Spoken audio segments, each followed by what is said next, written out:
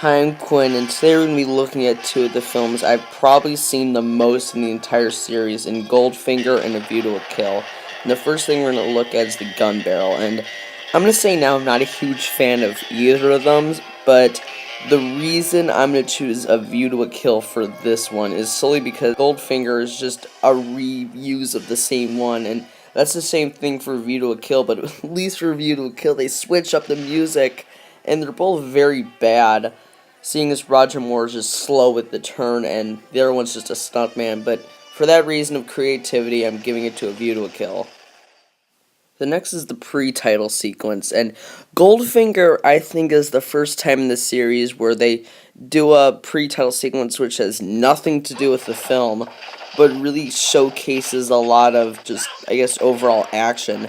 And I really like how they decided to go that route with this film instead of doing like a From Russia with Love, how they're trying to, incorporate things to the plot. And I think this works better, especially for this film, to have a cool pre-title sequence which with a lot of good action, some funny, lines. I think overall it's just great. Now imagine the complete opposite of that for View to a Kill.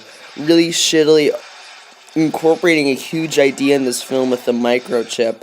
Terrible score music, nothing great going for it at all, and this easily goes to Goldfinger.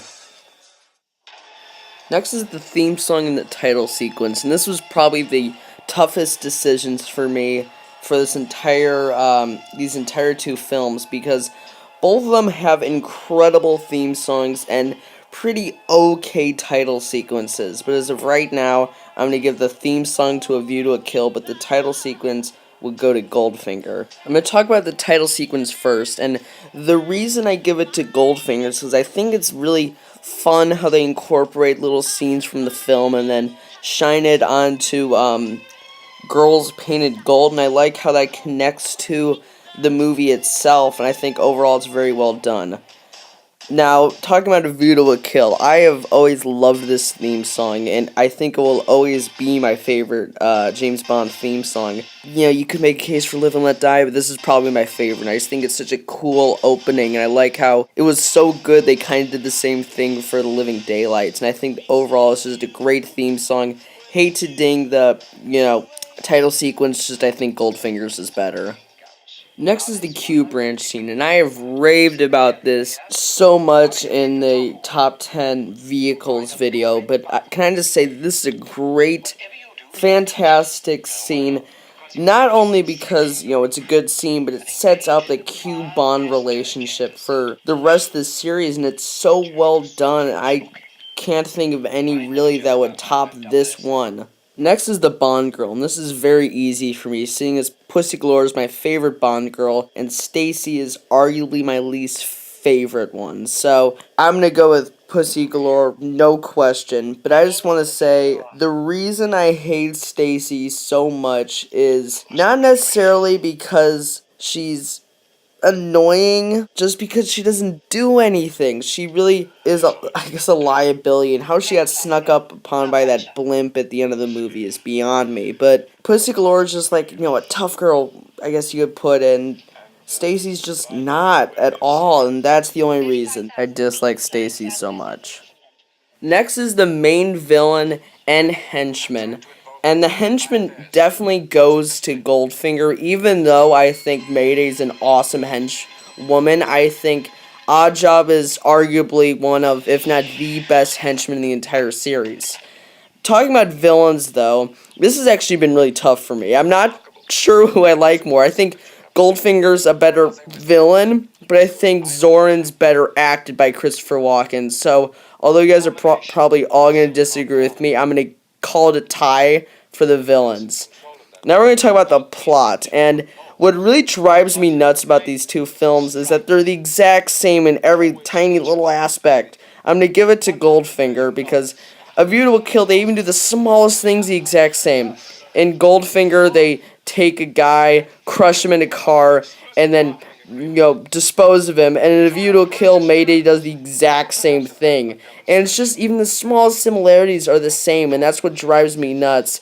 I dislike how there was no creativity really when making this plot. Is basically like, oh yeah, let's just make a remake of Goldfinger because that was good, and it almost falls into self-parody at times because of how blatantly they rip off key plot points from Goldfinger. And I really dislike, like, this scene right here. They dispose of a buyer through some stupid tactic, and even the smallest things they copy, and that really drives me nuts, and I think it takes away from any real creativity from this film.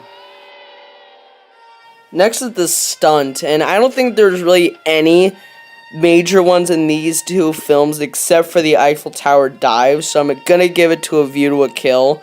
I just think this is an incredible stunt. I mean, my god, who who in their right mind would agree to do that? I don't know, but I think it's a overall pretty cool stunt. The next is a vehicle chase, and although the one in A View to a Kill immediately following that stunt is pretty good, this one is just incredible, solely because, kind of like the Cube Ranch scene, it sets up this template of chase for many films to come. I love how the car's gadgets are all used very well, unlike GoldenEye, which had so much wasted potential with their car. I think this is really cool how they incorporate every little detail of that car, whether it be the oil on the oil slick, the guns, or even the ejector seat. Overall, it's just a great scene. The next is the Bond Henchman fight, and that easily goes to Goldfinger, seeing as A View to a Kill doesn't really have a Bond Henchman fight at all, really, seeing as Mayday takes herself out. But this fight, I've talked about very recently, and I've said this is the best fight in the entire series, and there's a reason. Everything about it's great. I love how John Barry decided not to have music to go along to this scene, at least for the most part, and I think it's just overall a great scene. The next is the Bond villain fight, and although I think the Goldfinger one's pretty entertaining, I think this fight's really fun for a lot of reasons. One, Stacy screaming in the background's kind of annoying, but kind of funny. The Nazi scientist is hilarious at the end there. And overall, I just think it's a great fight, but definitely the reason it makes it so good is because of the absolutely awesome score, which I'll talk about in a second. But I think this fight is just absolutely great, and although it kind of gets a little repetitive at times, I think overall it's a great fight and a good death for Christopher Walken, in my opinion. The next is the male ally, and although I think Felix Leiter in Goldfinger's average, I love Tibbet in this film, and I think him and Moore have a great chemistry. I wish he had more screen time. Honestly, I think he was a great character. Although he has a small role, I think he really gives a lasting impression, and it's quite sad when he dies, although it was kind of his fault, but he was a great, great male ally. Next is the score, and although I love Goldfinger's score, I think A View to a Kill is arguably John Barry's best score. It's just so great. I love how he decided to do a guitar in a lot of the tracks, kind of going back to the View to a Kill theme song. I think it's overall very well done, even though I love the Goldfinger score. I just think A View to a Kill, you can make an argument for On Her Majesty's Secret Service, but I think A View to a Kill is the best score. The end performance goes to Goldfinger easily, as well as the Bond performance. I think this is arguably Roger Moore's worst performance. How well it dates easily goes to Goldfinger, but more overall action, they're both pretty equal, actually. I'm going to go to a View to a Kill solely because some of the action scenes, such as the horse race and the fight on the Golden Gate Bridge, are really, I guess, highlight some of the key fight scenes in the movie, and I just think overall there's more overall action. The next is the random Bond fight, and this was tough because basically every Bond film has one except for this one film, and I'm going to give it to A View to a Kill, but it's kind of tough either way. The next is the end scene. I'm going to give it to Goldfinger, but the reason I'm showing A View to a Kill is because I just think it's so weird. If you really listen to what they're saying at the end, it's really kind of gross at times, and although I think it's kind of funny, it's weird, so I'm going to give it to Goldfinger. So what do you guys think? Is it atrocious that I like A View to a Kill's theme song more than Goldfinger's? Leave a comment below, tell me your opinions, give a recommendation for a future video. I'm very curious to hear you guys' thoughts on these two films, seeing as I think of them as two very identical films. Tell me if I miss anything out. Next time we'll be looking at...